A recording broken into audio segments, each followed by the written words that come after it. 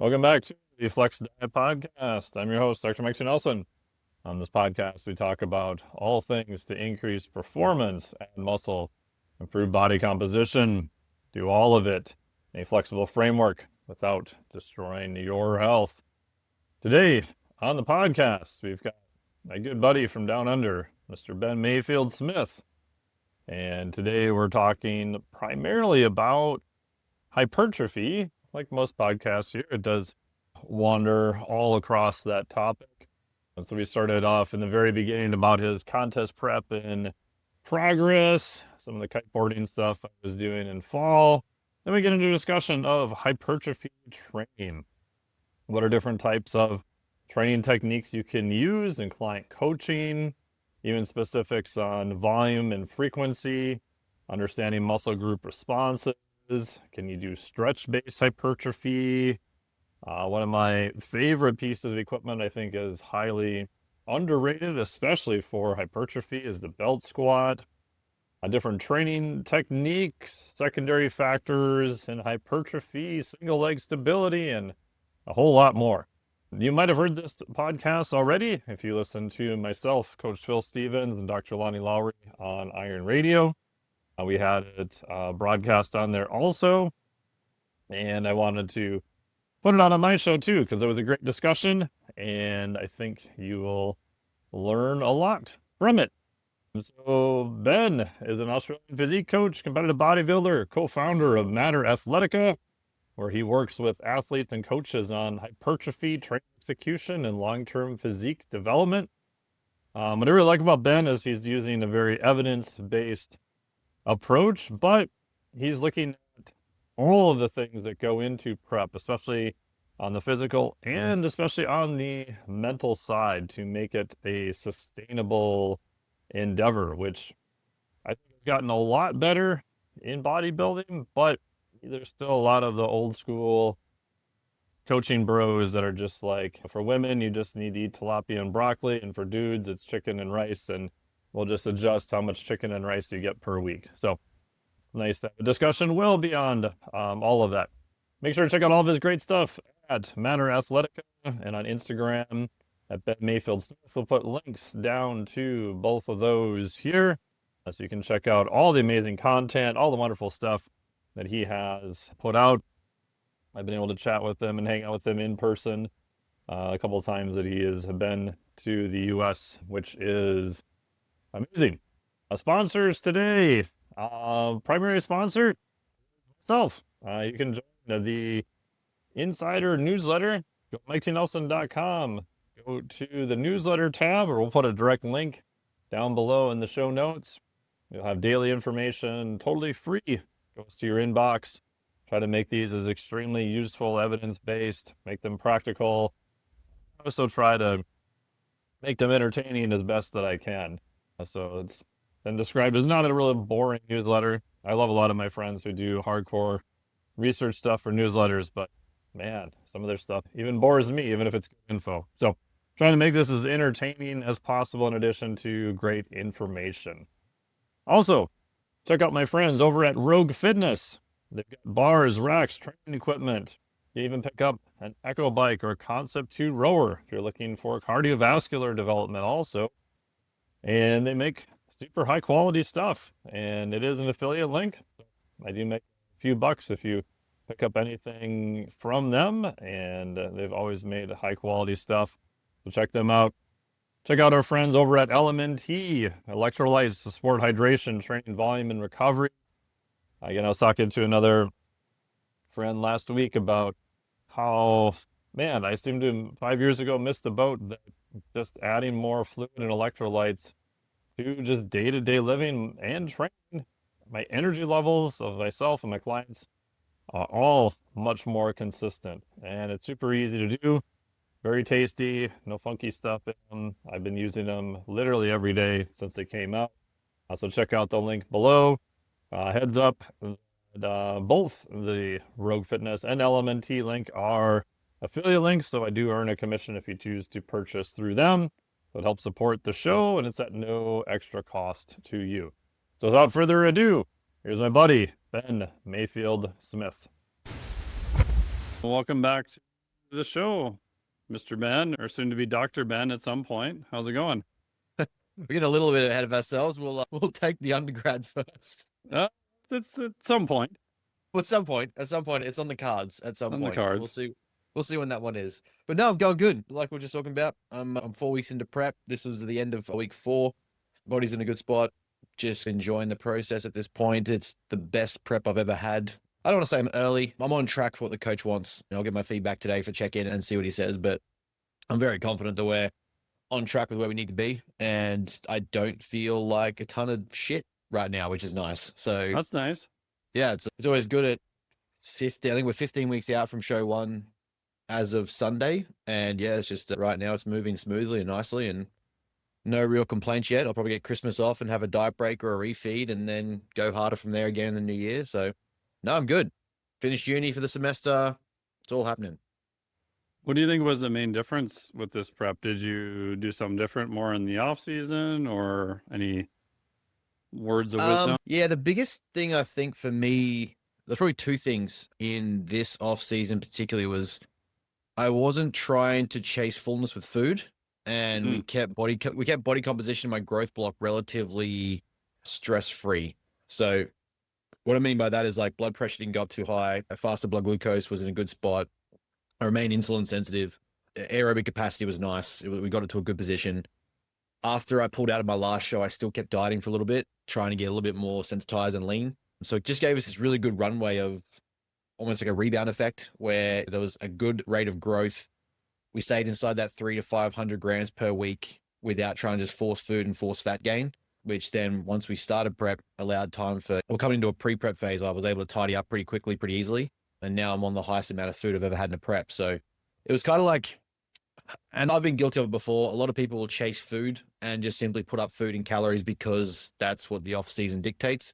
And you just end up obviously just creating all the inflammation and downregulation markers that we want to see in a healthy spot for prep, or if a conducive growth kind of gets shut down. And then you end up this sluggish mess that can't really train hard or build good tissue. So those factors that were probably the biggest contributors this time. I only really had about 17 weeks with this new coach in off season. This will be our first prep we've done together.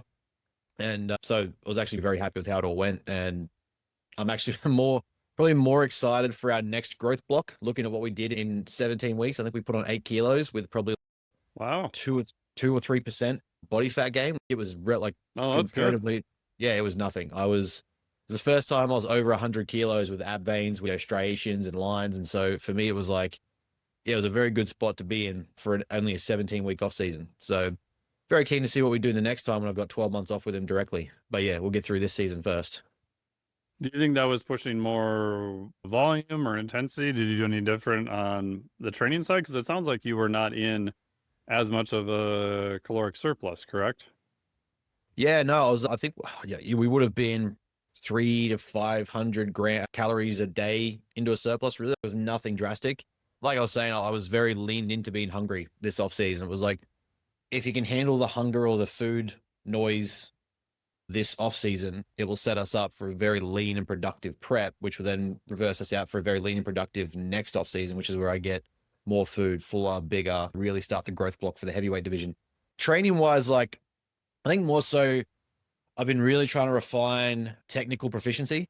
So just trying to really maximize and leverage tension, control under load, making sure that I'm actually moving in the place I need to move. And like my coach gets inundated with videos of me training. He gets constant feedback from me. Most of the time, I'll probably assess my own feedback before I send it to him and then see what he thinks and then let him have his unbiased opinion in response, depending on what he wants to see out of a movement. So that's probably one of the bigger factors. This gap was an accumulation of skill over years and just still trying to refine it. And just whilst doing that, pushing intensity like crazy. Like it's how much load can I maintain on the target tissue without form collapsing and push it as close to failure as I can. And I think that's probably been the 2 biggest factors in training difference this year. And are you using still compound exercises or a mix of compound, machines, isolation, all the above? Yeah, generally like Chris' program is very similar to myself, but I'll use all the above, or he'll use all the above. In some exercises, he'll have simply like choose a convergence press of choice or incline press of choice, and then just look for what's the most stable available exercise in the gym that I want to use.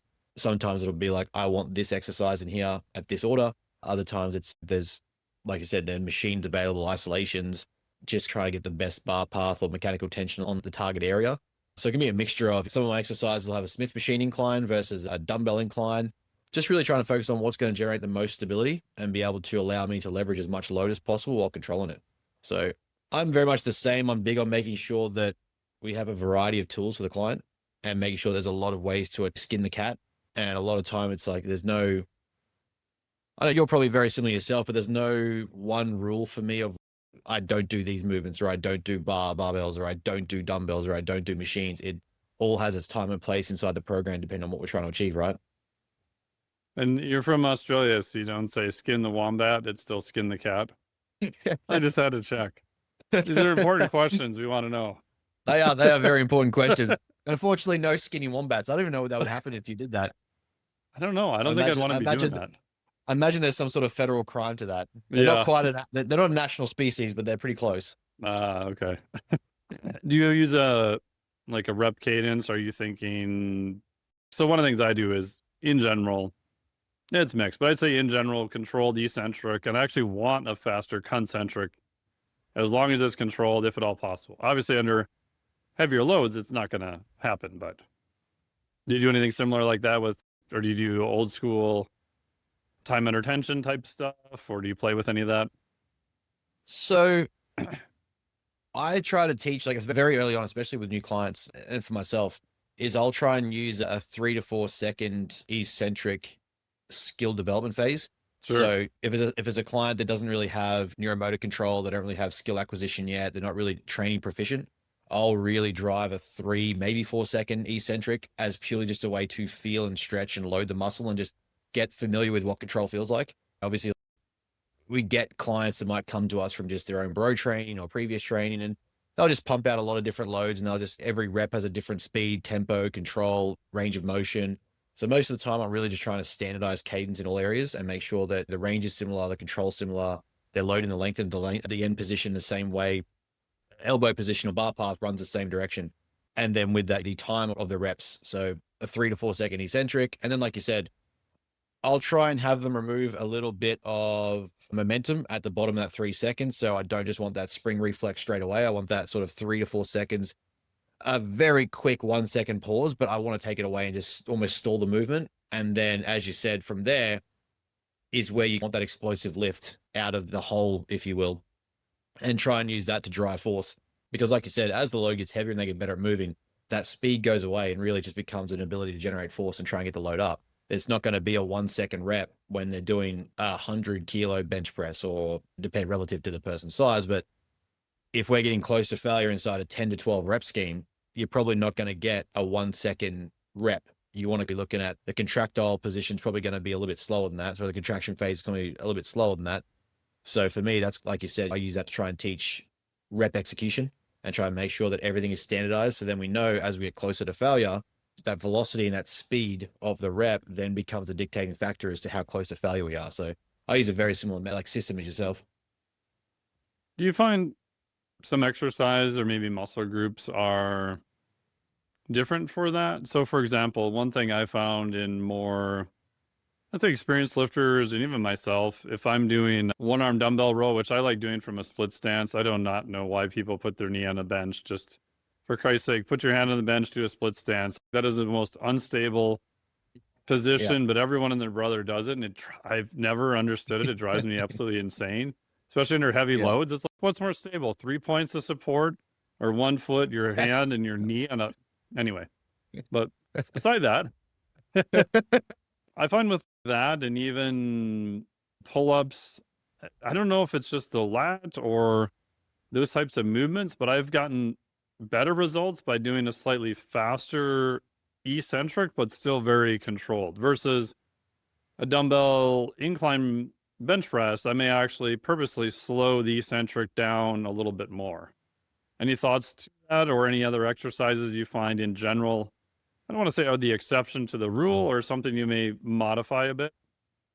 That's an interesting one. And I don't know why it's only really those movements, because if I just have like a seated cable roll, I love doing long eccentrics on that. I've got a Yeah. Ultra One device where I'll jack up the eccentric to by 5% a week, or in experienced people like 10% a week.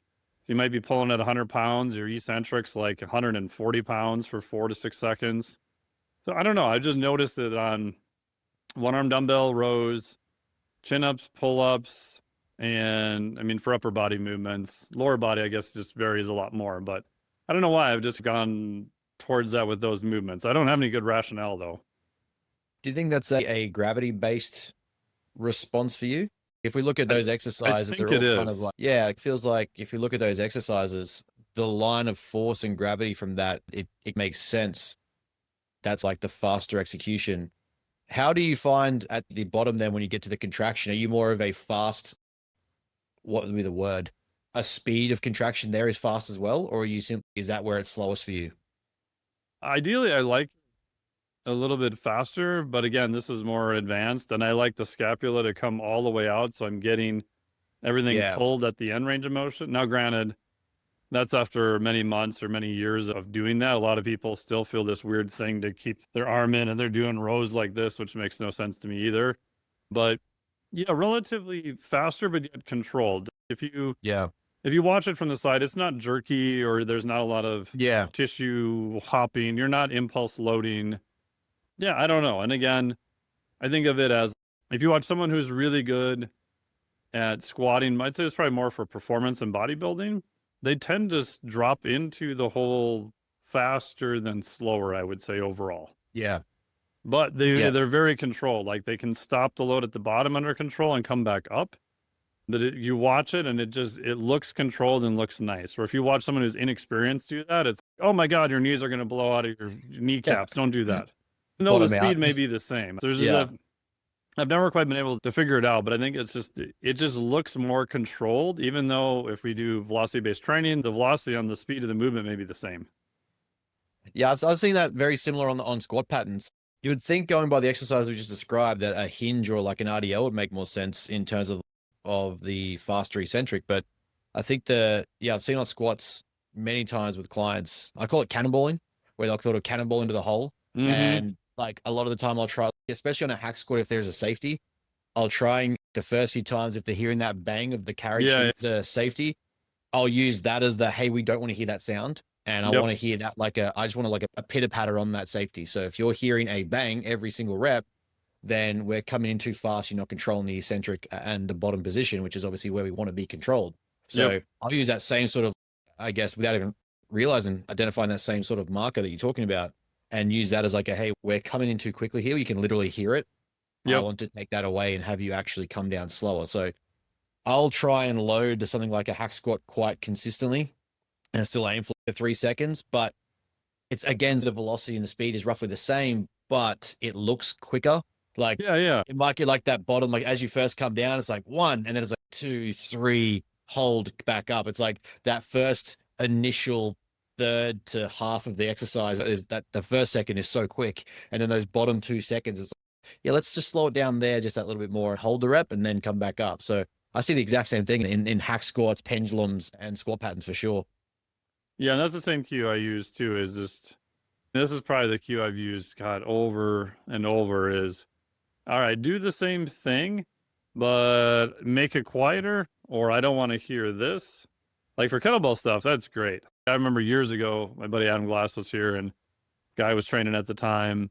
They were teaching him how to do a kettlebell snatch and he's doing pretty good, but you could hear that he wasn't timing how you open your grip a little bit to let the kettlebell come back over your hand. And the two things you would hear was the grinding and shear stress on his hand of just screeching noise and the thwap on the back of his forearm. And so Adam stops him and he looks at him and he goes, Dave, I don't want to hear any of that shit.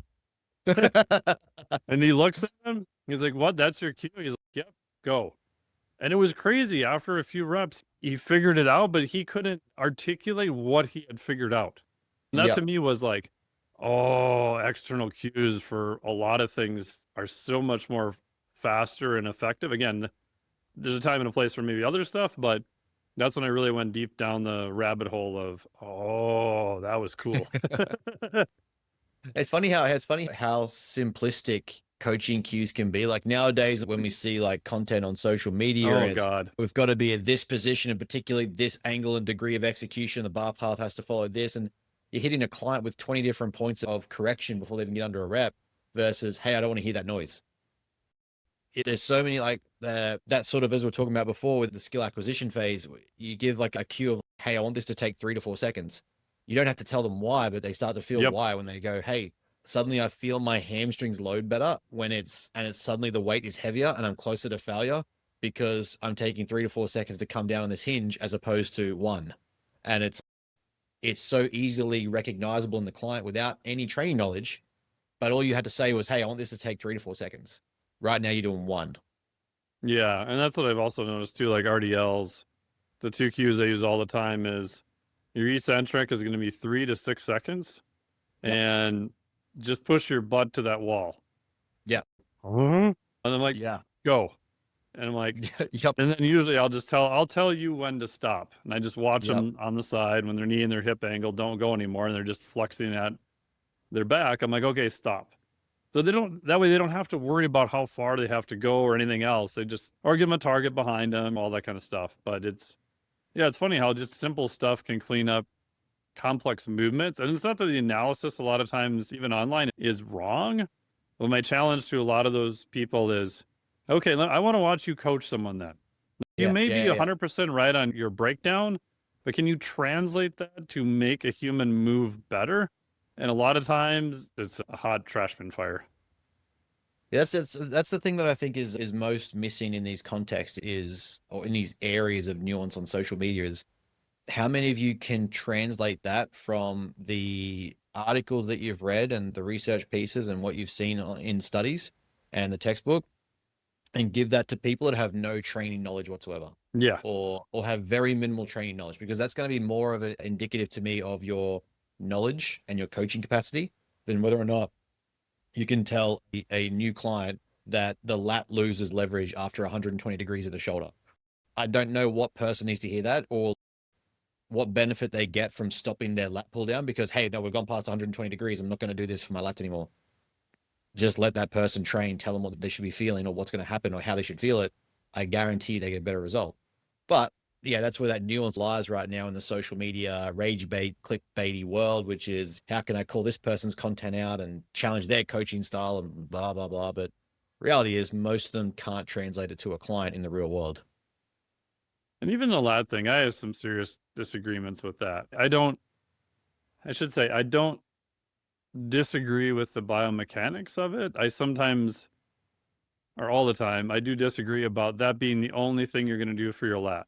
I'm like, okay, so you're telling me, how about this, bro? You go hang from a pull-up bar with one hand and tell me you don't feel your lat. Yeah.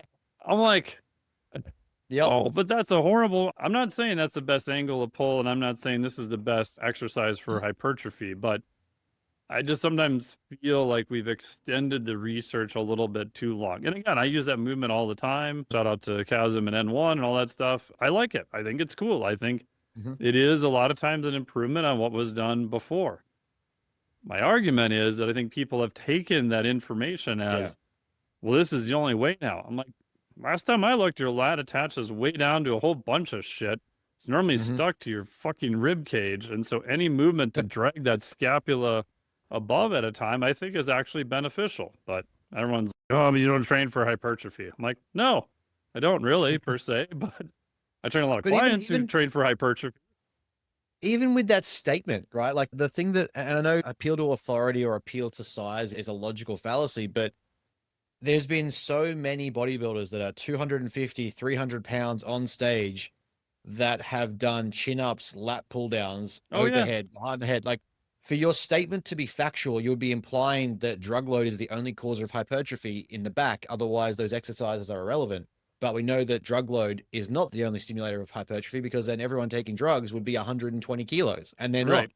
So then there has to be a contributing factor, which is the movement, which means that those exercises for their back are working. So at some degree here, if you look at the research, you've taken a causality or a correlative and said, this is now the direct causality. This is the thing that it's irrelevant. You shouldn't be doing it for back training.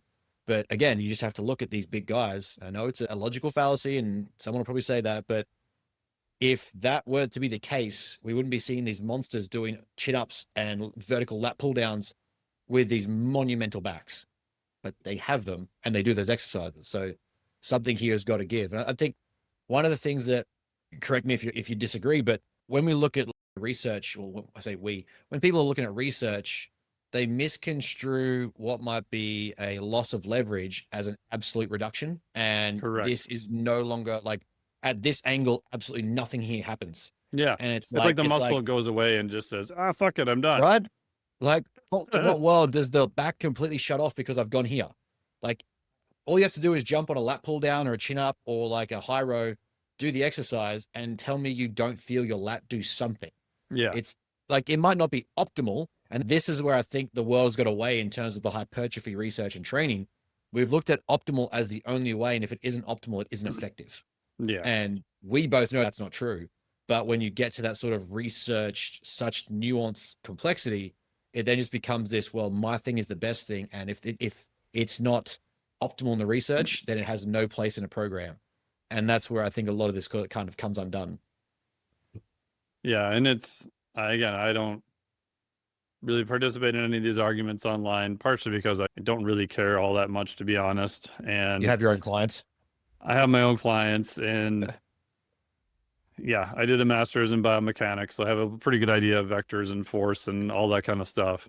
But the ironic part is a lot of times it is very scientific. I think it's an over extrapolation of the research, but many times it then ironically comes back down to, oh, well, my lats are a lot bigger than yours, so you don't know anything. Like you're trying to invalidate my scientific statement, and my lats are way bigger.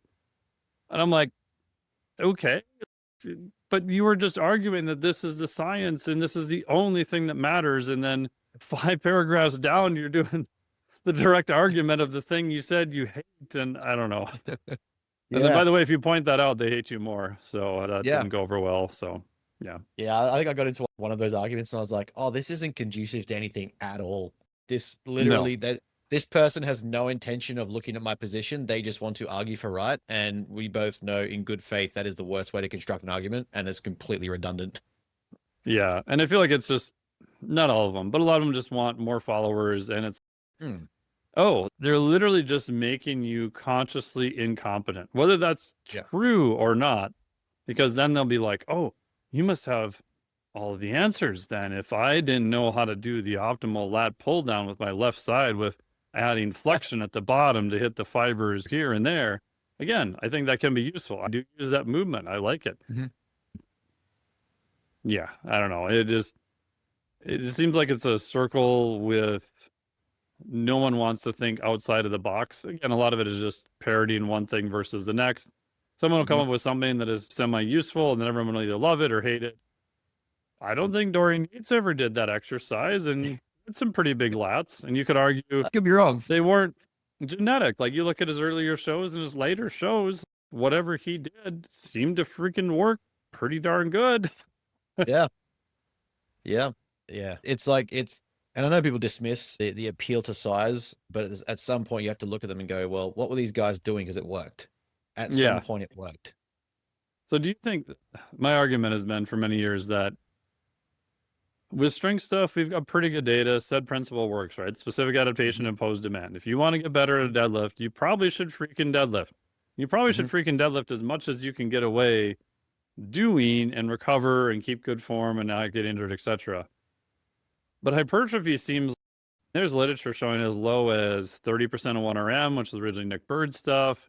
Not even blood flow restriction, just flat out 30% of 1RM as long as you went to pretty darn close to failure. All the way up to the Brad Schoenfeld study where you did 85%, I think, of 1RM and tried to volume match it.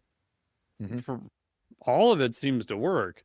So do you think hypertrophy is not even, air quotes, a direct effect? I think it's actually more of a side effect, but a, quote, side effect that we're chasing as a primary effect.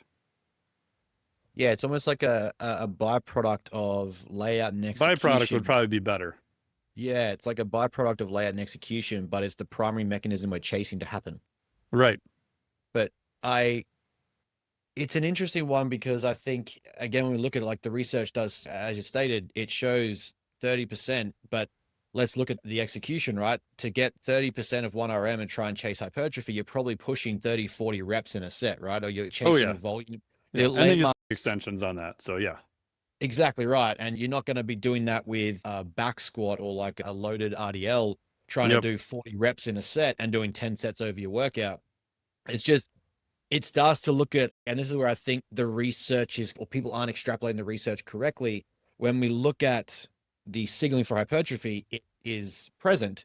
But then the question becomes, can you sustain that level of volume across a session, across a workout, across a block, across a year, and use that to continually generate hypertrophy? And my challenge becomes no, because whilst the load on the bar or the machine is not directly heavy and causing that level of aggravation, the repetition of contraction is going to, at a certain point, start to cause that level of aggravation and inflammation and fatigue and tiredness that just comes with doing 40 reps, that comes with doing 50 reps, that comes with doing, I think it was, God, correct me if I'm wrong, it was Wolf and was it Schoenfeld that got up to the 52 sets on quads? I can't remember. It's probably Schoenfeld. If you just say hypertrophy study and you go Schoenfeld, you're probably right. It's not a dig at them by any means. So I love Brad. He's awesome. I don't want to get it wrong and give credit to the wrong person, but I would argue for, if we're taking proximity to failure inside a 10 to 12 rep scheme, I don't think I have a single client in my programming that could handle my workout at 52 sets or 50 sets for quads.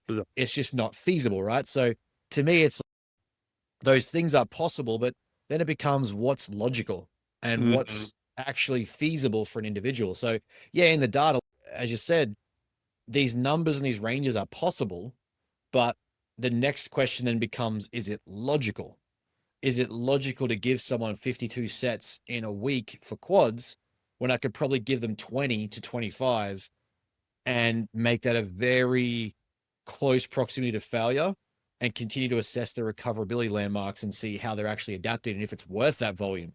You might also find that there's that inverted U hypothesis, and we start to see that too much, which we do, too much volume in that high degree of intensity, close proximity to failure, is not going to have any more of a net positive effect. It's still stimulus, sure, but it's like the cost of that over a 4-week block, I'm probably not getting the recovery metrics from a client that I want to see when I could pull that back, drive up intensity. Now they have that recovery and we're continuing to progress week to week. So this is where I think application of research becomes the next thing to understand hypertrophy. Like, we have the data showing what hypertrophy is, or what causes hypertrophy, what creates hypertrophy. Then as coaches, we have to look at that data and say, well, what is the actual application? How do I put that into a program that will then lead to that signal occurring for my client? How do I allow cell growth to take place in what they're doing and allow that to run for 20, 24, 30 weeks before I have to pull them back for a diet break or refeed? Or I'm not sure about you, but I'm not a big believer in proactive deloading. I like to use, especially for Gen Pop, more lifestyle clients, I find that life is an autoregulator. Most people will probably get 4 to 5 weeks before interruption takes place. Work got in the way, family got in the way, kids were sick. I've got CEOs and executives I work with where every 3rd or 4th week, the wife is away on their job versus the kids need to be here for this job and they've got to be here in this part of the country for their job. And I'd be lucky if they get 4 straight weeks of a training block. I'm not going to go, hey, every 4th week, let's pull up here, when I know that every 3rd to 6th week, they're probably going to have a deload anyway. So it all becomes about managing those variables that allows the byproduct to happen, which we were talking about, obviously that byproduct being hypertrophy.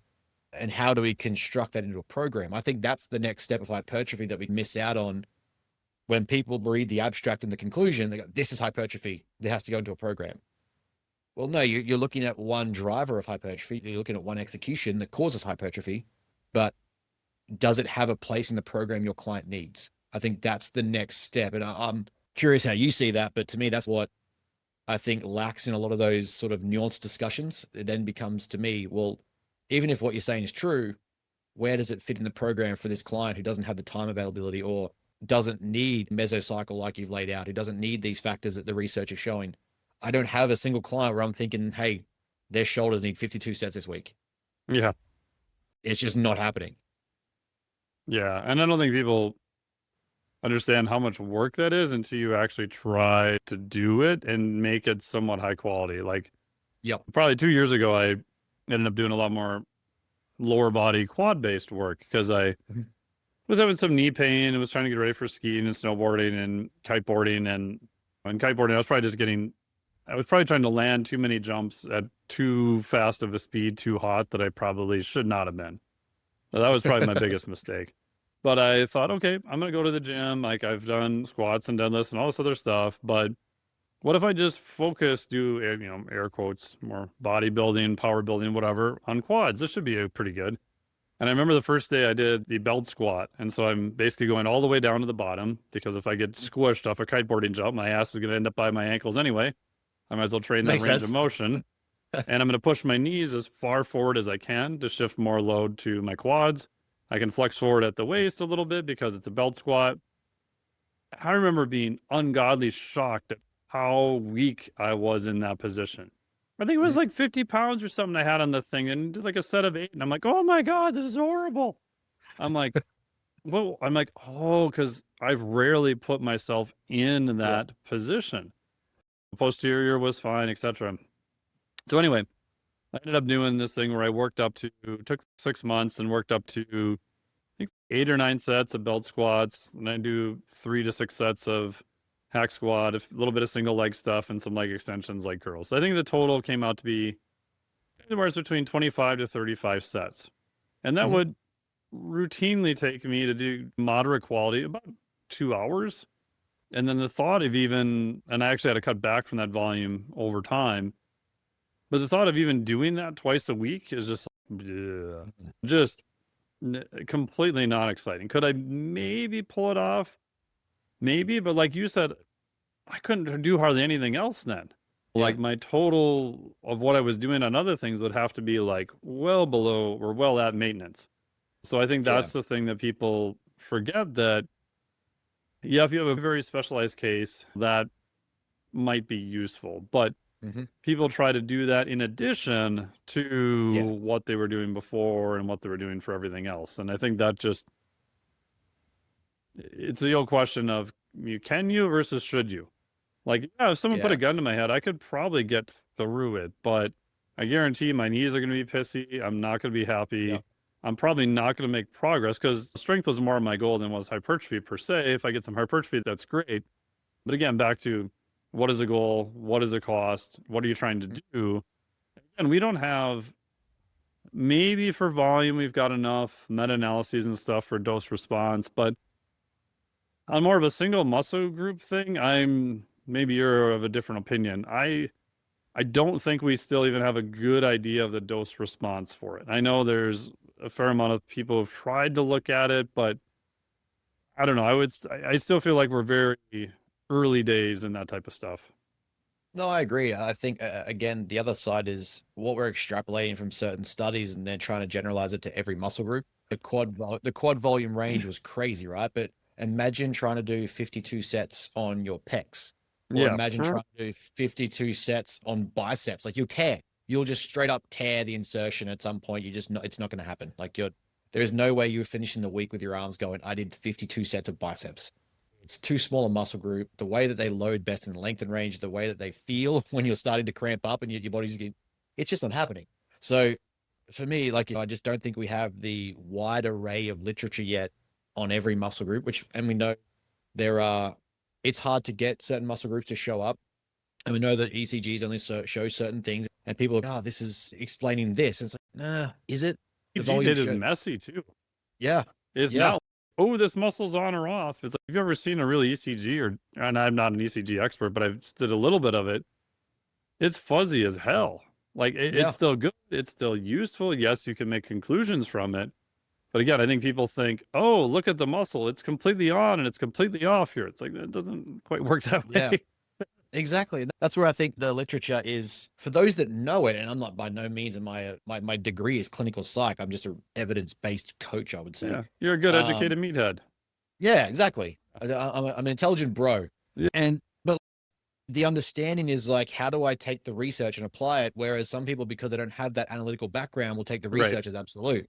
And we end up misconstruing what the data is actually trying to say, which is, hey, in this particular muscle group, it's like when we got to the position of stretch-based hypertrophy, and everyone was like, I've got to train every movement in the lengthen range. That's my other pet peeve I was going to ask you about. Because the calf was most responsive in the stretch positions. Like, okay, cool. Does every muscle group respond the same way to as what the calf does and what the joints do where the calf inserts and originates? Probably not. And Where's the muscle biggest groups that, tendon in your body? yeah, exactly. So I'm like, Achilles at the other end of your fucking calf.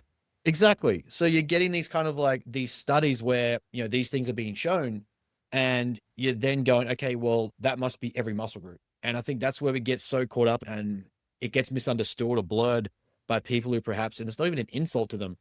I don't know anything about air conditioning mechanics. I don't know anything about physics as an engineer. I don't then read physics studies and go, hey, engineer, you're wrong. But because we have this situation now where everyone's trying to be evidence-based or we're trying to move up the research, people are reading things that they don't quite understand how to read the research. And from that, we get these misunderstood extrapolations, we get these misunderstood conclusions. And then it's like every muscle has to be a stretch position. And we saw for how many years over the last couple of years, every single exercise had to be in the stretch position. Lengthened partials had to be, this is where the most hypertrophy is induced. But we keep coming back to train the exercise through full range of motion under a heavy load. Make sure you load the lengthened position, make sure you load the shortened position. Mid-range is probably going to be pretty tough as well. Control it with an eccentric cadence of roughly 3 seconds and just make sure that you are not losing control along the lift and putting yourself in a compromised position. You're probably going to train the muscle effectively. That's generally, after all the research I've done and dug into and seen that's coming out and in and is in trend and out of trend, that still seems to come back to the basis of training for most people in most muscle groups. That's where I sit with the stretch-based hypertrophy and lengthened position hypertrophies conversations. Like, yeah, train the lengthened position because that's part of the full range. Yeah. Yeah, I just see too many. And again, who knows if these programs put online, if they're actually real programs or whatever. But really, you're going to start, we're back to the pre-exhaustion days. So lengthen partials are the best. So I'm going to start my chest workout by doing flies with just the bottom 1/3 range of motion. And I'm like, okay, but how heavy could you go on like a basic exercise, like a dumbbell bench press after that? Oh, bro, I gotta go lighter because the pecs are pre-exhausted. Okay.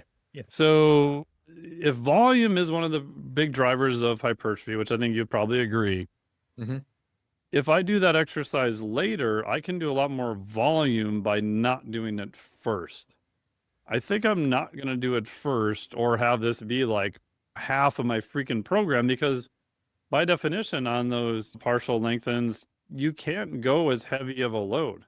So my bias is, yeah, if you want to do them, add them, do them towards later, but don't let that replace like just, I sound like an old school meathead, just old school, like volume, like you said, high quality movement, use some heavier loads, make sure they're controlled. Yes, by all means, control rep speed, have a slight pause, don't bounce it off your chest. Don't do bench press form like you see in 99.9% of gyms, at least in the US, maybe Australia is better.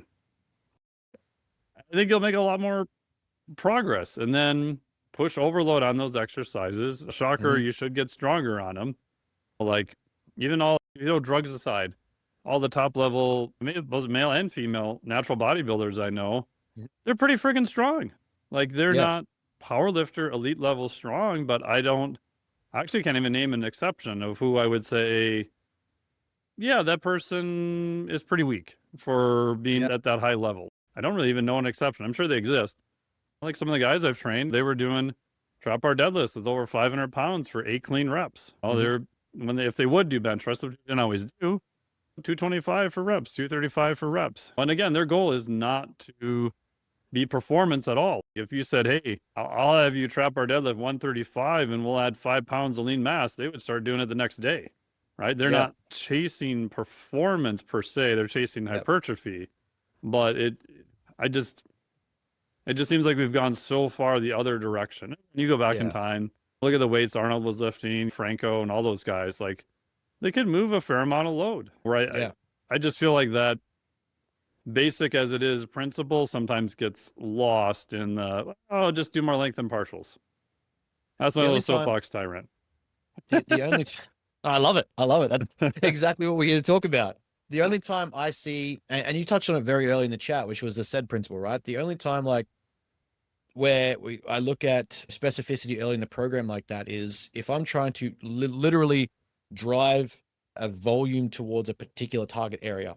Mm-hmm. I might look at, so before we do my upper day, for example, on Mondays, really trying to round out my shoulders more to try and complete my look and make sure that they're nice and full by the time I get on stage, have that sort of like more 3D rounded shoulder in most of my poses. I start my primary push day with cable crucifix raises. Now it's only 2 to 3 sets, and then I go into my incline cable pressing, but it's where energy's highest. It's not highly taxing of the chest itself. I'm not pre-exhausting the chest by doing flies, then incline cable press. I'm doing a shoulder movement because specificity for what we're trying to work on is width and shoulders. So when it comes to the kind of accessory movements early in the program, that's where we use, again, it's exercise order, it's old school coaching and programming. What are we trying to get most out of for this block? Well, I want to get bigger shoulders. So where I'm freshest and have the most available energy, let's put it towards my shoulders. Mm-hmm. And then I'll drive up my pec volume, and then I'll do another shoulder exercise, and then I'll do a little bit more chest, and then I might do some accessories. So it's time and place and kind of location and program for a reason, and using that logic for a reason, as opposed to just, it's got to be a lengthened partial, or I'm going to do this arbitrary stretch based or lengthened position partial rep. I get it. I get what you're trying to put in, but to me, it's like the said principle we're trying to work with here is I'm trying to grow my shoulders. I'll put a lateral raise movement in the program that's low fatiguing. It's not going to impact recoverability. I can replenish oxygen pretty quickly from that. Then go into my pec movements. I'm going to have next to no impact from it. Yeah. Now, if I also do like heavy incline shoulder press and then go to a heavy incline cable press, there would be conflicting, I guess you would say, like overlap in muscle area that we're trying to work. And so you probably have an impact. I wouldn't program it that way. But when it's something like that's where it's like you said principle, programming mechanics or layout becomes important, and trying to justify your phasing for hypertrophy. That's the stuff where it makes sense to put it first in the program. As you were saying, like one of the ways I've used lengthened partials to get that additional stretch position out is using things like lengthened partials on the last set of a leg extension or leg day. Mm-hmm. And just using that as either an absolute drop set or an absolute failure set, and just take it to sheer brutal pain. But that, like, you would know as well, going back, say 15, 20 years, that was the basic approach to most training back then. It was like a lot of the bros, meatheads, the meat and potatoes was like finish on a drop set or finish on a failure set. And it was realistically, you look at the leg extension, where is the length and partial at that failure position? You're going to basically get harder to get full peak contraction. So you were getting half reps anyway. You're getting that sort of that failure half rep at the back end when it came to execution. So it's not, when it's applied, it's realistically no different to what we were doing or people were doing 20 years ago. But it's just, where does it fit in the program and why? That's, I think, the biggest question people don't really ask in hypertrophy program at the moment is why. It doesn't have to be a complex answer, but can you answer why? And then match your decision making for what the intention of the program is. And that's where I think, yeah, this complexity has trumped logic and just become this showcase of who can have the most complex program and complicated execution and crazy movement creations just to get the same signal that I can get from an incline cable press or an incline Smith machine or a back squat or a hack squat. What are we trying to achieve here? And can I do it simply? Can my client do it simply? Yeah. And I think it goes back to, what is the priority of movement? If you have a weak part, and let's say it's just purely bodybuilding, like, you're probably going to want to train it more often. You're probably going to want to train it earlier when you have more energy. You probably want to train it on a higher calorie day if you're cycling calories or something like that. Like some of the strongmen I train, like, we may do bench once a week. They're not really rewarded in competition for it, but they better be pretty good at overhead pressing different objects. So if we're doing more an overhead pressing phase, they might be doing some, usually I just have them do 2 a day, but sometimes 3 a day. The third day is just, if they're really far behind, it's just a blood flow day. It's not anything heavy or anything like that. And again, their goal is not necessarily hypertrophy, but in virtually every single case, like, their shoulders got a lot bigger. Shocker. Shocker. Doing the thing more frequently to hide the proximity to failure, and inside certain rep schemes, you get muscle growth. Oh, yeah. Do you think Crazy there's stuff. still the magical rep scheme? Like, I've gone away from this, so I probably will get this wrong, but is it still like the 10 to 12 rep range? Is that sort of the deal? Or I don't think so. I think it just depends on how much volume you're willing to drive with it. I think, again, this is where This is where I struggle with clickbait and like hook content, because my answer always becomes it depends, or like it's nuanced, and you Right. can't catch that in 3 seconds, right? I know you're exactly the same. Yeah, yeah. It's hard to be that sort of like our developmental brains are like, no, there's so much more complexity to this answer, or so many variables that need to come into play. But for me, it's like when I look at rep schemes, like again, I think it's Schoenfeld's data, but it's 5 to 30 shows the ability to generate hypertrophy, or is in a good proximity of stimulating Yes. hypertrophy. It's where in the program is that rep scheme? What exercise are you choosing? How many sets are you hoping to achieve? Is it what range of the movement do you want to get in it? Like all these things start to come into play where you start to see it impact volume. And I even find that some muscle groups respond better to different rep ranges. That was my So next question. for me, I find the delts respond to higher volume in some aspects. So for me at the moment, in one of my workout days, I have, my coach is an asshole, 4 sets of 20 on chest supported lateral raises. And that the load that I can get up for that with control, like he's putting me under a 3-second eccentric with 20 rep counts for 4 sets.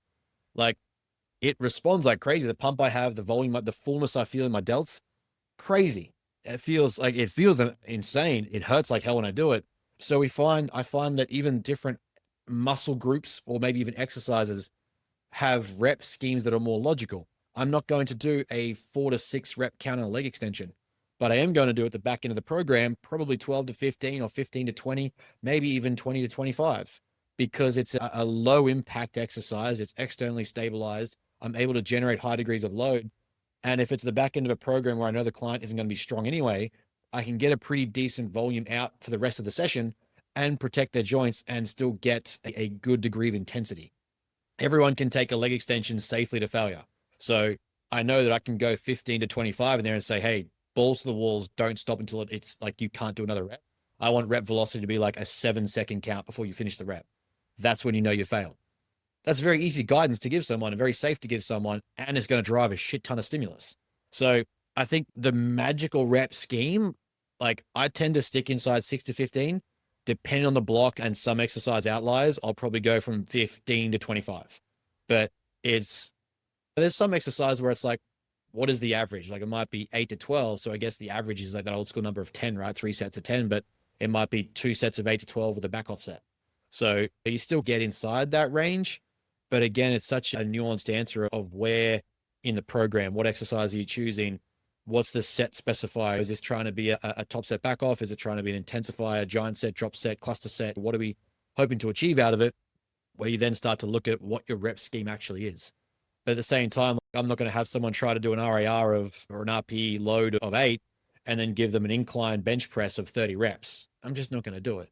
I could give them 12 to 15 on a fly to get that volume up, have them do 6 to 10 or 8 to 12 or something like that on the actual pressing movement. Just out of the sheer demand that load starts to place on the shoulders, on the clavicle, on the pecs. It doesn't make sense. So can the volume be done? Sure. But the question then becomes why? Yeah. I found, at least for myself, and I would say most clients, although it's hit or miss, like dumbbell bench press, I think you get better results by going heavier. The caveat is how many people I trust to do it with good form and all that kind of stuff. I much prefer a slight incline, even 15 degrees if I'm not able to watch them, that kind of stuff. It just seems like you get better performance from it. And then, I would agree. Lower body, I've just noticed more variability from one person to the next. Upper body, I think, similar to you, I would say, triceps, biceps, delts, probably higher reps. Although I have played with heavier loads on the biceps with slow eccentrics, and that seems to work pretty good. I can't say that about triceps per se. Again, that's just this is an anecdotal, handful of experience type thing. Lower body, again, I think it's all across the map. I think the belt squat is highly underappreciated depending on how you use it. Like most people, it should not be an upper body row with a belt around your waist, which it seems like everyone in the gym does. I get it. Like you pull on that thing, man, you can do a lot more weight. I get it. And then the biggest range of motion you can get with a semi-close stance on a hack squat, I think with a bottom pause, I don't know why. I think that is the most hideous lower body machine. That and probably pendulum squat. Pendulum squat feels a little bit better than the hex squat, but Yeah. I don't know. That I have a love-hate relationship with the hex squat of you start a little bit fast, but I don't want to hear it hit the bottom. I want it to still absorb that impact. Pause for about 2 seconds, 3 seconds, 4 seconds. If you're feeling really hideous, take a few breaths and then literally try to come up as fast as you can. If you're doing a 6 to 8 rep range or 10, it's not going to be fast, but that is just absolutely miserable, but it seems to work. Yeah. I've not found anyone, not to say not responsive. I haven't really pushed them to that degree, but I've yet to find someone where it's necessary to take the hack to a 15 to 20 rep count. Oh, I think that's just borderline stupid. Yeah. Yeah. It just becomes illogical. There's no rationale for it. It doesn't make sense when I can get the same, better quality stimulus. Because I'm curious what you think. At a certain point, I find with those compound movements, the high rep scheme, I start to see almost like a boredom kick into the client and a form breakdown because they've lost proprioception, they've lost awareness. And something like a leg extension is really easy because I will drill them. I want you to be locked in, pull yourself into the seat, and you're just going at it. And they know, oh, all I've got to do is flail my knees basically with control and I get the rep. When it's under a heavy load, it's a hack squat, it's a back squat, it's a bench press, it's an RDL. There's so many internal variables and cues to stabilize and going on that even if the weight isn't that heavy, at rep 25, 26, 27, 28, we're generally seeing a loss of awareness or care. And I find that the disinterest kicks in. It's I'm just doing it because, but then those quality effective reps stop being present. So it was like, what was the point? What was the point when I could have just got you under a high degree of tension and load at rep 8? And then you're like, oh, I'm working here. I need to be present and aware because if I don't, this will kill me. There's a certain degree of that safety self-preservation mechanism that kicks in where it's like, oh, if I'm not present in this movement, I'm going to die. And I should probably be aware of that. So I need to be right where my feet are. Whereas you get to rep 25 for the average Joe Blow, and it's like, oh, what's for dinner? What have I got for lunch? Or what did my wife want me to talk to about today? Perception just starts to, or I guess awareness starts to flake, and they just lose that presence in the lift. And I just find that compromises form. Yeah. I have my little self-rule. Probably should explain this more to clients too, is that you have 2 reps you can space out a little bit. If I'm doing a hack squat, for example, and I get rep 1, okay, 2, 3, 4.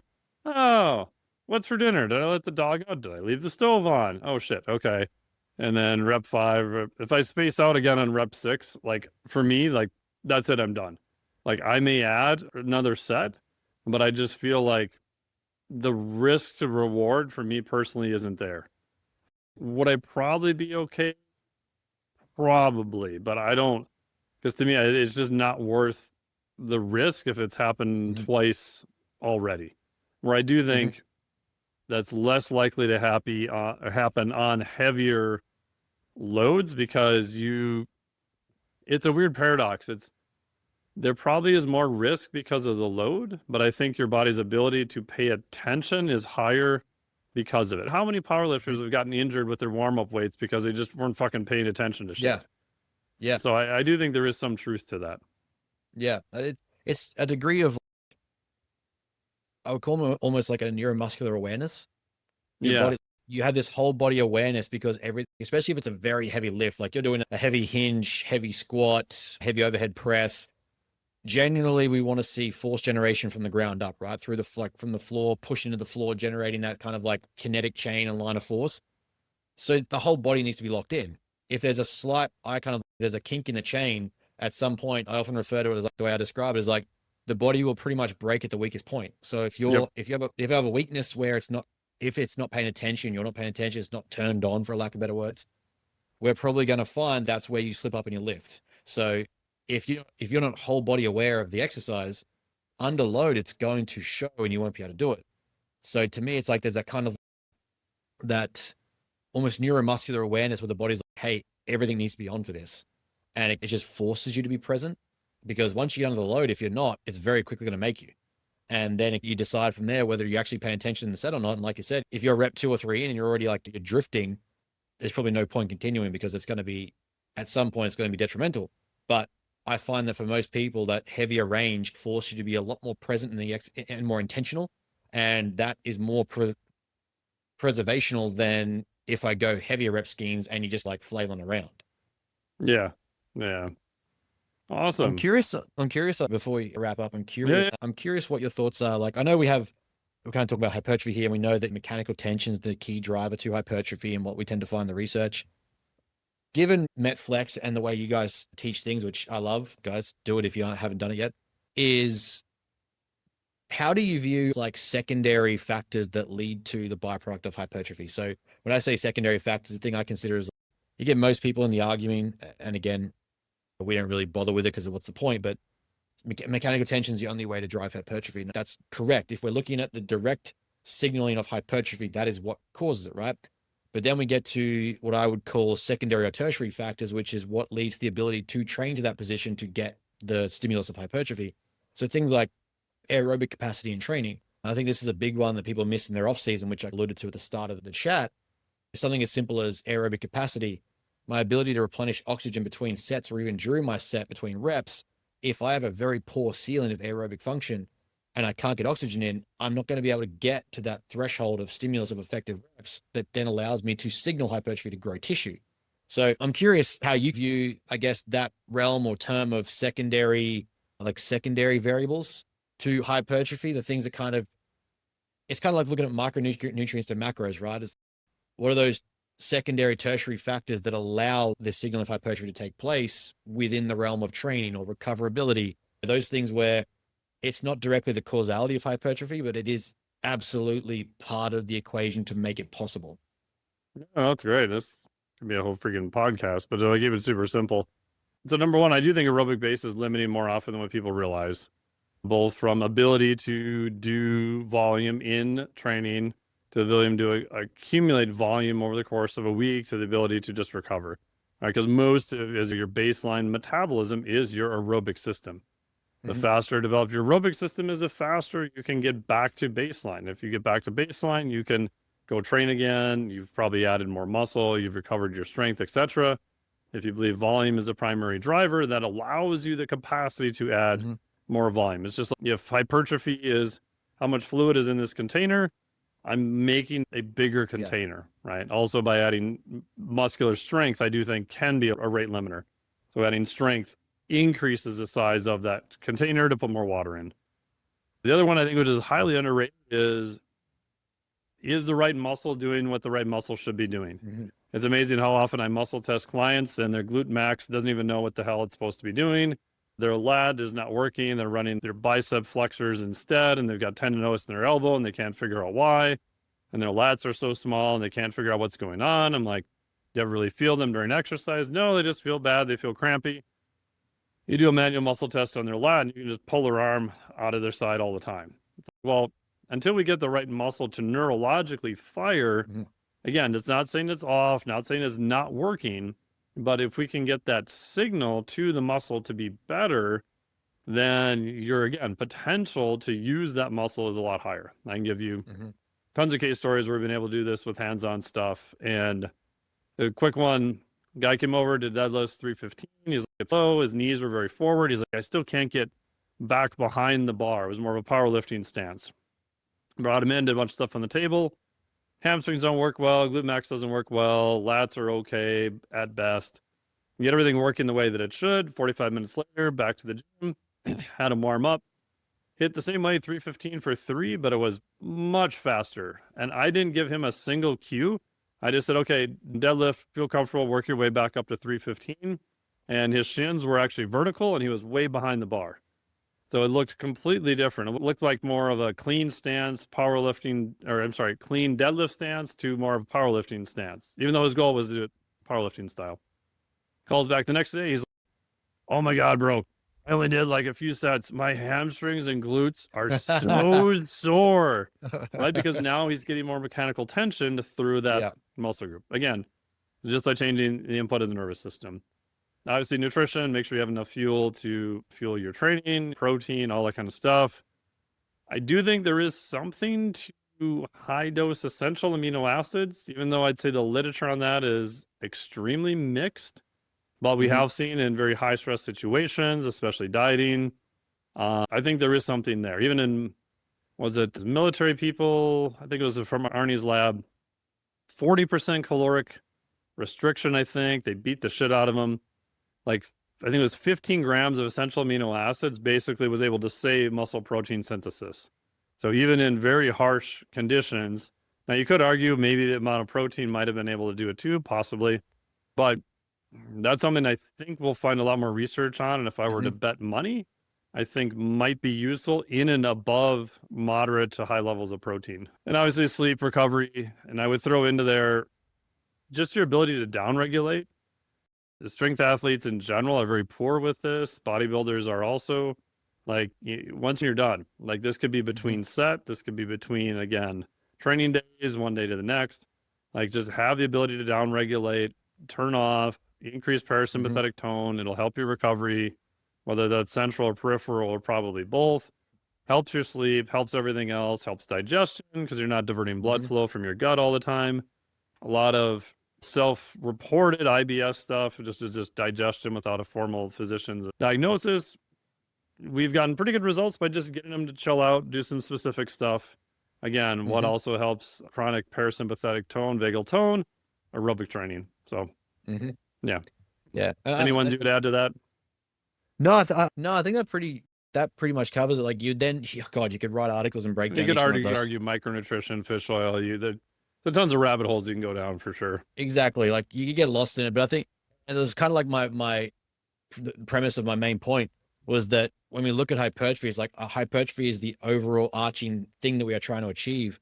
But where people get it so wrong is like that nuanced argument of MT is the only way. It's yes, but what allows mechanical tension? What maximizes mechanical tension to allow for hypertrophy to occur? That's where all these, it's like when someone says that a low carb diet or paleo was the reason why I lost weight. No, calories in and out was still the main driver of that. This was just the mechanism through which you did it. These factors don't dismiss mechanical tension. It's just in regards to hypertrophy, it allows them to take place. And I think that's where a lot of people get caught up in or miss. If we get lost in the wrong nuances, I think a lot of the time. And like to me, those big bricks, those big blocks you just talked about are like the key factors I get clients to focus on so that even if they don't understand hypertrophy, I can get them to signal and stimulate hypertrophy. Yeah, 100%. Last question. What is one exercise or maybe an exercise that's common with the rep scheme that you believe can result in a fair amount of hypertrophy, but everybody else thinks is batshit crazy? So an example I'll give you for me would be, I think on a pec deck, you can go very heavy. Caveat would be it has to be very controlled. You have Mm-hmm. to slowly work your way into it. For God's sake, do not go out this and try this on Monday just because you heard it on this freaking podcast. Yeah. And then three, you drastically limit the range of motion to only the pectoralis. And I think I stole this from Ben Pekulski. So if you're sitting with your chest pressed against the pad, I'll actually watch. And as soon as the front part of my chest starts to come forward, that's my range of motion, right? Mm-hmm. Because in order for me to get further out as my scapula come back in, my chest is moving forward. And for me, that's too much motion of what I want to do with that. I will do them very lighter for a full range of motion as more of a mobility weighted thing. But that way you're keeping it within a shorter range of motion. You're keeping the tension mostly on the pectoralis. What I've Mm-hmm. noticed is you can do a 6 rep range on that and progressively go rather heavy pretty safely. And I think there is some benefit to it with those caveats. Everyone else will say that's batshit crazy and you're going to destroy your pec though. Yeah, everyone else is everyone else. They're not Dr. Yeah, Mark. yeah. For me, I like heavy single leg stability stuff. So, Mm. like a lot of the time, you'll see someone throw in a single leg press, and Oh, for I love some, that exercise. they might say that's like that's a duh thing, but a lot of the time it's like you do two legs for your 6 to 8 or for like 4x6 or something like that. And then you go to a single leg later in the program or a different day, and you might do your more increased volume of 10 to 15, 12 to 15, whatever it might be. I actually really like taking the single leg press with proximity to failure to 10, 6 to 10 inside there, where it's like we're challenging single leg stability. as long as the hip is aligned with the knees, aligned with the load. Because for some in leg press, I don't mind an external rotation, feet a little bit wider, if it allows you to get the gate open a bit more and get the range down. But when it comes to single leg, I want that nice line to be a straight line of force. And you can generally load it pretty heavy, or at least to that individual relatively start to get it pretty heavy for that leg. And of course, then we know transferably, if single leg is getting really strong and stability is increasing because of what you're forcing it to do, that's probably going to transfer to double leg, and you're getting both legs to work even more effectively. You could make the same argument for Bulgarians. There's that video of the German elite Olympic cyclist, and he's got 300 pounds doing single leg Bulgarians, and it's 4 reps, and everyone's like, this is crazy. I'm like, but it kind of makes sense. Like, I would love to be able to do that. I can't do that, but I would love to be able to do that. I think the issue then, obviously, the caveat becomes control under range and making sure that you're loading effectively. You're not trying to just bounce out of it. You're not trying to just like bottom the rep, but that's the same with every movement. And of course, you build up to it over time. You get stronger and stronger. It improves leg stability, improves internal stability, improves hip stability. Your knee tends to track better. You can then load that on a bilateral exercise and get better results from that as well. So for me, I think that's probably like single leg stability stuff where it's genuinely under heavy load is not a bad way to go, where I think some people would be heavily against it because it's so unstable. But specificity and demand, you don't get it stable by not doing it. Yeah, I would agree with that. I love heavy-ish without reason. Single leg stuff on a leg press. I'll even sometimes do them if it's external rotated, again, depending on the athlete, how they feel, that kind of stuff too. I do the rear foot elevated back squat. The argument I would have is that if you start going heavy on that, what I've seen is you can end up with a lot of SI joint issues. Yeah. So the caveat to that, I agree with it, depending upon where you're at, but there's a bunch of people, this was years ago when Mike Boyle told everyone not to back squat and do this instead. And so they, being good followers, took it to the extreme and were doing very low reps, probably underprepared. So that'd be my counter argument to that. But I think you can get away with it by, if you have access to a safety squat bar, like the Cal Deitz, do a high split stance on a safety squat bar, hold on there for external support, and you can go very heavy on that and get a lot of single leg load without worrying as much about that. Because anyone who's done rear foot elevated things, at some point your balance is going to be the limiter. And I think it's that balance component that kind of fucks with your SI joint. But I agree with it on all the other principles. You find, like I've found that people tend to want to then, like, obviously to try and stabilize and get that balance, they'll sit into their hip more. They'll try and rotate slightly. They'll try and turn out slightly. They'll try and do all these things to compromise, which then my argument becomes, well, you've stopped trying to do the exercise itself and you've started to try and compromise balance, which then starts recruiting other movements, which then requires other muscle groups to then stabilize and help the execution. So technically, you're not really loading the target muscle we're trying to work. You're not doing the thing. You're not doing the thing, which is the point of hypertrophy. So I guess the caveat nuance would be load it where you're able to stabilize and execute the movement effectively, not where you're compromising form, which any good coach, I guess, would say for any exercise. Yeah. Cool. I love it. That's awesome. So where can people find you in your little island down there with the kangaroos and the wombats? With our chlamydia koalas. Oh, the koalas. I got to send you more koala videos. Oh, koala. The AI. It's like, God, no. Oh, God, it's so good. Watching them sound like bogan drunk Australians is hilarious. Any Australian videos that I find funny, I just send to Ben. Because it's even more funny that he lives there. It's funny to me, so I have to assume it's funny to everyone else, because if I'm here seeing it, it's hilarious. Where to find us? MatterAthletica.com. Everything's on there. You got the Matter Athletica YouTube, Matter Mentality Podcast, and Instagram is just Ben_Mayfield Smith. And there is about 1 trillion hours worth of stuff, free content, downloadables, and resources for everyone to go play around with. Awesome. You guys have a newsletter too, correct? We do. Make sure you subscribe to that. That comes, I think we have a monthly EDM and we have a bi-weekly education piece that comes out as well. So yeah, we're pumping out stuff on every platform we get our hands on. Cool. And that's on the website is where they sign up for that? Absolutely. Awesome. I love all your stuff. I would highly recommend people check it out. We've got a ton of stuff on all matters of bodybuilding, lifestyle, muscle strength, especially a lot on the psychology side, which we didn't even touch on today. So highly recommend everyone check out all your stuff. And yeah, you guys will be back in the U.S. next August, possibly? I think June, actually. Oh, June. Oh, okay. Yeah, so we'll look when the calendar is, but because August will be my last semester for my undergrad, but it's a very heavy workload, 3 very intense subjects. So I'll be trying not to interrupt that. I think June is the mid-semester break here, so we'll try and get over there for June, seeing what Cav and Kane have going on. And then probably one in December as well. We'll try and make the December mastermind as well. So we're going to try 2 next year. Awesome. Well, depending on the time, you could come to International Society of Sports Nutrition Conference, depending upon when you're here in June, if you're in Florida area.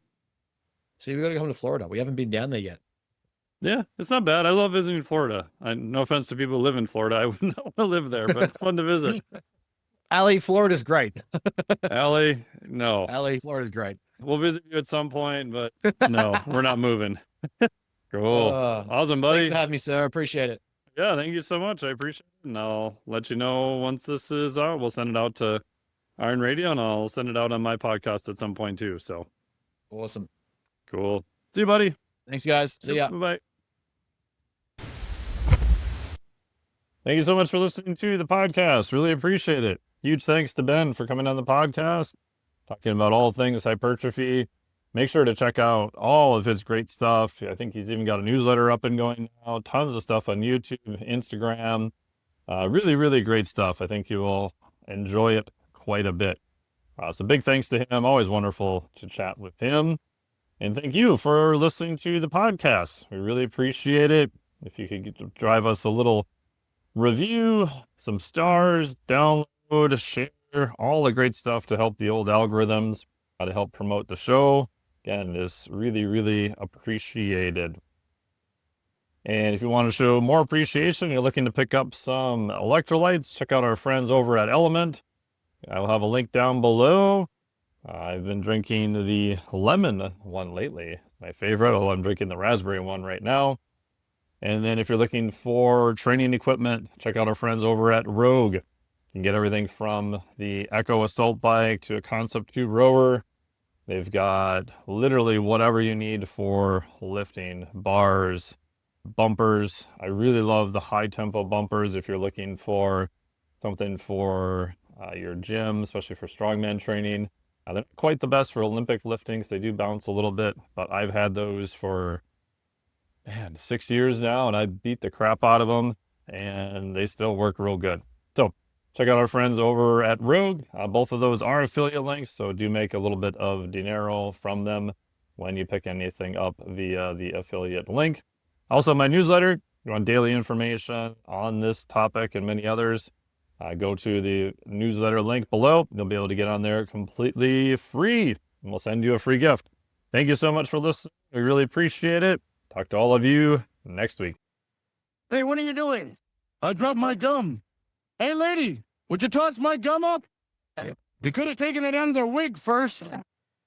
This podcast is for informational purposes only. The podcast is not intended as a substitute for professional medical advice, diagnosis, or treatment. You should not use the information on the podcast for diagnosing or treating a health problem or disease or prescribing any medication or other treatment.